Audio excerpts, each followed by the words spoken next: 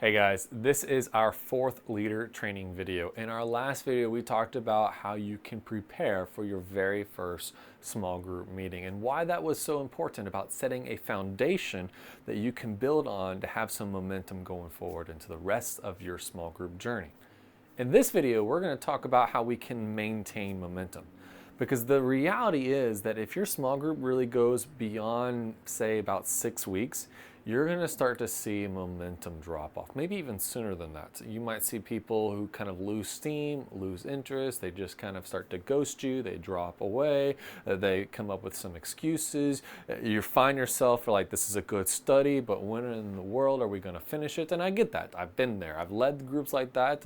And so this video is in some ways about me sharing some wisdom that I've learned myself and from others about how we can help to maintain momentum so that we can get the most out of our small groups so that we can finish strong. So the first thing, and this is going to correlate a little bit with the last video, the first thing and the most important thing is prayer. That you have an ongoing rhythm and habit of stopping and praying for your small group. We've been talking about that for the past several videos, that you need to be praying for yourself. You need to be praying for the members of your group prior to them signing up. You need to be praying for them prior to that very first meeting after they've signed up and you know their names. But this is also about ongoing prayer. Set a routine, set a calendar reminder. This is the easiest one. Just set a calendar reminder that pops up and says, hey, take 5 minutes to stop and pray over your small group. Remember, nothing of significance happens in the kingdom of God outside of prayer. Your small group is gathering together to learn about Jesus. The enemy is going to do everything it can to distract you guys, to pull you apart, to make people busy, and so that they're less involved, less interested, that they come and they're like, this is a waste of time. The enemy is going to do everything it can to stop you because what you're doing is important. And so you need to come into this with prayer, recognizing that this is going to involve some spiritual warfare. Some of it's going to be very clearly noticeable where you're going to look at it and you're like, that is spiritual warfare going on. But many times the way the enemy works is to hide his visibility by making us distracted and busy and overwhelmed and stressed. And so be praying for your group and for the individuals within your group and any prayer requests they mention throughout the week. Set reminders. Do it at least once a week where you're like, this is a day where I know I'm going to have this alarm that's going to go off to remind me to pray for my group. All right, so that's the first one, prayer. Second one is be in constant contact with the members of your group. Don't just only see them and talk to them at your small group time. Talk to them on Sunday morning. Make sure you're like, hey, I want to make sure when my group comes into the door on Sunday morning that they have had a handshake, a good morning, a hug, a greeting, a word of encouragement from me. Be that kind of small group leader. See yourself as a shepherd over a small nucleus of people that you want to make sure that you have contacted them, you have touched base, you have shown the love of Jesus to them on a Sunday morning. But don't let that only be your only time. Look, we are in a wonderful age of technology. That means that throughout the week, at any moment, you can pick up your phone and instead of scrolling through social media and just mind numbing yourself, you can just simply send a text to everyone. It will take 30 seconds to say, hey guys, I'm looking forward to our next meeting. Or hey guys, I'm struggling here. Or hey guys, how's everyone doing? What is a win? What is something that we're all grateful for today? Be in constant contact with people. Remember, one of the big goals of our small group experience is to develop fellowship. That requires more effort than just an hour once a week of chatting with people. This is about doing life together. So, set a game plan in your mind. How am I going to contact the people in my group, not just at small group and not just on Sunday morning, but what would it look like throughout the week for us to touch base with one another? What would it look like for us to get to know each other a little bit more, to share our burdens and our wins, not just waiting to small group to express all that, but throughout the day and throughout the week of saying, hey, how's everyone doing? What's something you're grateful for? How is your soul today? So be in constant contact with the people of your group. Here's the next advice. Get everyone talking when you're together. Like, people will feel more comfortable and more willing to return if they feel like they felt safe and seen and heard and they received loved in return. So when you're in your small group setting, make sure everyone has an opportunity to talk. Some easy ways to do this is an icebreaker question in the beginning. It could be something silly like, hey, what is everyone's favorite ice cream? Let's go around and share that. Or what's your favorite movie? Those are easy icebreakers, but you can also go a little bit deeper. Like, for instance, in my most recent small group, one of the favorite icebreakers that we do is actually some serious questions. We ask 3 questions. We ask, hey, how many times this week did you get in God's Word and journal? All right, meaning how many times were you pursuing God this week? And it's okay if people said 0 for both. And then we follow up by saying, hey, how's your soul today, right? Like, who are you walking into this room after everything you've been through the past week? Who are you today that we are experiencing? And then the next question is, hey, when was a moment this past week where God got your attention, where God kind of spoke to you, or you felt like God was there with you, or God was teaching you something new, or God was just having a moment with you, right? These are deeper icebreaker questions, and we make everyone ask them, but the point is do something that makes sure everyone talks. And don't allow someone to steamroll everyone else, because that happens in a group. Like, we all are talkers, and you may be the chief talker. And so you need to be aware of that, of how to rein yourself in and how to rein in someone else to make sure other people have an opportunity to talk. If you see someone who's sitting there quietly, who hasn't said anything for a while, call them out. Say, hey, what do you think about what so-and-so just said? What do you think about this context? And allow them to feel safe to give a voice, even if what they're going to say is going to go against everyone else's opinions or the opinion of the material you're looking at. This is a way that people will feel safe and seen and heard and loved, and they're more likely to return because they realize, hey, I wasn't judged and I was heard, and people like to feel safe and seen and heard, right? So that's the next step. Get everyone talking. Make sure every single week everyone has a moment to express their thoughts, their opinions, who they are coming into the room. All right? Here's the next little tip. Schedule time together outside of your regular group gathering, right? So maybe this is you guys go on a trip together. Maybe you guys go and do a service project in the community together. Maybe you guys schedule time to go out to eat, or you invite people over to your house just to hang out and watch a movie, all right? But this is a great way to build into one of our earlier goals of fellowship that leads into all of the other goals, is develop times where people enjoy being together, where they don't have to put on a Christian mask and be perfect, but they can come forward and be like, I'm a human being and I'm being received as one, and we're doing life together, and we're showing love to one another, right? So maybe find time in your small group season to schedule some sort of group outing or group experience or time together, right? And maybe it's one of those that you can't get everyone together, so maybe you need to find times of, hey, throughout this season, how can I have a private moment with each individual? What would it look like if with each individual I said, hey, I want to invite you over to our house, or hey, I want to grab a cup of coffee with just you and get to know you a little bit more, right? So it could be you do that as a large group. It could be for you in your circumstance in this season that you want to find times to connect with each person individually, all right? So next step was to find time together outside of a group. Here's another one. Share responsibilities. Right? When you come to a small group setting, there's a lot of responsibilities. Like, okay, what about setting up chairs and setting up the room? And do you bring snacks or larger food?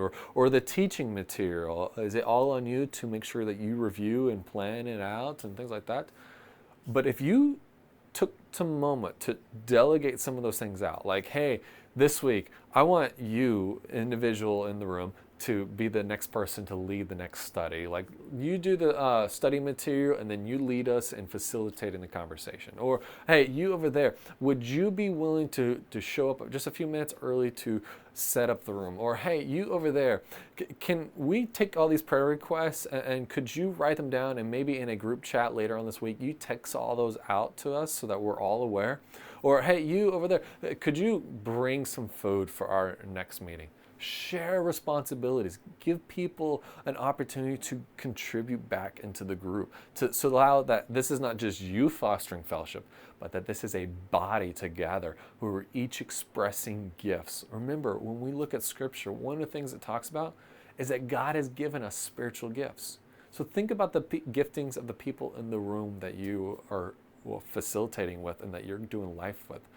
Ask yourself, what gifts do these individuals have? What would it look like in our tiny little nucleus if they use their spiritual gifts in our own contexts? Maybe that would encourage them to go broader, to do it with the whole church body. So maybe they need a safe space to do it right here, right? So ask yourself throughout the journey of your small groups, how can I share responsibility? What would that look like for other people to be involved in making this community happen? That this is not someone just coming and you're doing all the work, setting up the community and you're spinning all these plates, but you start to delegate responsibilities and you invite others to contribute back into the gathering. All right, so that's the next little tip. Here's a final one for you. Invest in your own personal growth. Look, there's a lot that goes into small groups, and even in these short little videos, I can't cover everything. I'm still learning myself, and there's a lot of wonderful resources out there. You can find podcasts and videos and reading material all about leading small groups, and it's okay to, hey, I need to continue to learn, to grow, and how to do these things. Or there might be a situation that comes up or a question that was asked in your small group, and it's okay to be like, I don't know.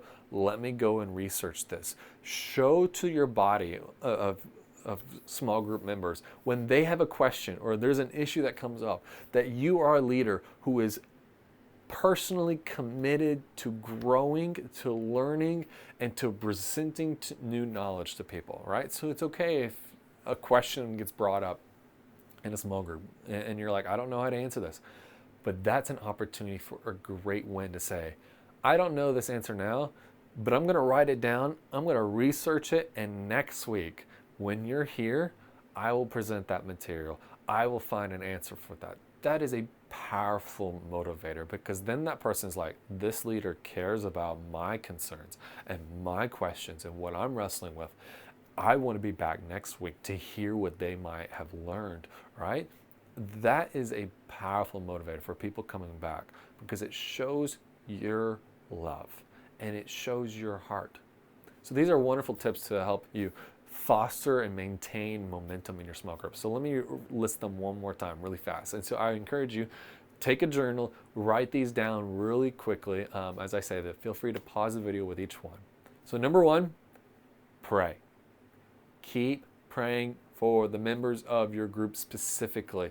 Name them throughout the week. Put a reminder on your calendar, something that tells you it is time to pray for your small group. That's the first one. Number two, be in constant contact with one another. Figure out, what does it look like on a Sunday morning to meet with these people, to encourage them? What would it look like throughout the week to contact them? Maybe set up another reminder saying, hey, we meet on Thursday. We see each other on Sunday at church. So Tuesday, I'm going to have a reminder that goes off on my phone. This is a wonderful use of technology that tells me to contact them, to send them a message saying, guys, I'm thinking about you. How's it going this week for you? Looking forward to our next group meeting. That's an easy thing to do. It takes 30 seconds to quickly stop and send a message, okay? And so if you need to put a calendar reminder, that's okay. That shows your heart and commitment of, I do not want to be distracted and so busy that I forget my role to shepherd this small little flock right here, right? So number one, pray. Number two, be in constant contact with one another. Number three, get everyone talking. When you're together, come in with the mindset of, once again, this goes back to video number one, being a facilitator, not the main teacher. Ask yourself, as a facilitator, what would it look like? What is needed in our group to make sure that everyone has an opportunity to voice who they are, what they're going through, their opinions, their experiences, how they're seeing the study material, what they're learning, what God is doing in them. What would it take to get everyone talking? Because if you can get everyone talking, especially in the beginning, going much further than, hey, how are you doing? What was your week like? Going much deeper than that of something that's like, hey, I want to actually know you. that will carry on to the rest of your conversation because people will be more comfortable to chime in. So, number one, pray. Number two, be in constant contact with one another. Number three, get everyone talking. Number four, schedule an opportunity to meet with each individual, either individually or collectively as a whole, outside of your regular group time. Find opportunities to touch base. All right, go on adventures together. Go on out to eat. Go grab a cup of coffee. Invite people over for a cookout or for a party or just to hang out and watch a movie. Go do something fun. Go shopping together. Right? Schedule opportunities where either you do it as collectively as a body or as individuals. You make sure you have private moments with each individual throughout the week that says, hey, I'm invested in knowing you and caring for you and knowing what's going on in your life and figuring out how I can be a blessing into your life. All right? So let me repeat this again. Number one, pray. Number two, be in constant contact. Number three, get everyone talking. Number four, schedule time outside the group. Number five, share responsibilities. Ask yourself, what are the giftings and capabilities of the people in your group? And it's okay to even ask that question to your group. Say, guys, I want this to be a collective body where we're all feeding into each other. Is there something you would like to do? Is there something you feel like you're good at? What would it look like if you pour back into this group? All right. Is it you feel like you want to bring some snacks one week? Is it you want to teach one of the lessons one week? Is it that you want to be the primary communicator and contact individual throughout the week? Right?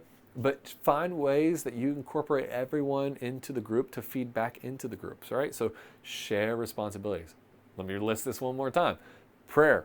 Number two, constant contact. Number three, get everyone talking. Number four, schedule time outside of the group. Number five, share responsibilities. And once again, number six, invest in your own personal growth. Be constantly learning new things. Be presenting the new things that you are learning when you meet together. Find ways to, hey, how can I learn more than just these training videos? What would it look like to maybe find a podcast, find some YouTube videos, find some books to read, something that says, hey, this is a ministry that God has called me to. I want to come into it the best I can. Let me constantly be learning new things. As well as when people in your group, they present their own questions about anything in life, you take that opportunity to say, that's interesting. I want to learn more about that. I will show up next week having learned a little bit more about that, and we can discuss it. All right, so real fast, let me run through this list one more time. Please be journaling this down. Write it down. Put it on a sticky note or an index card to remind yourself with each group, these are the things I need to make sure I'm doing. Number one, pray. Number two, constantly be contacting one another. Number three, get everyone talking. Number four, schedule time outside the group to connect. Number five, share responsibilities. And number six, invest in your own personal growth. I hope these things are going to be beneficial to you as you start your small group to help build and maintain momentum so that when you are together, you will see God work. You will see God knit your group closer together as a family. And in that fellowship, there will be discipleship. There will be evangelism happening. There will be service. There will be so much wonderful things happening in that group that brings you into a state of worship and awe of God. So go out and lead well.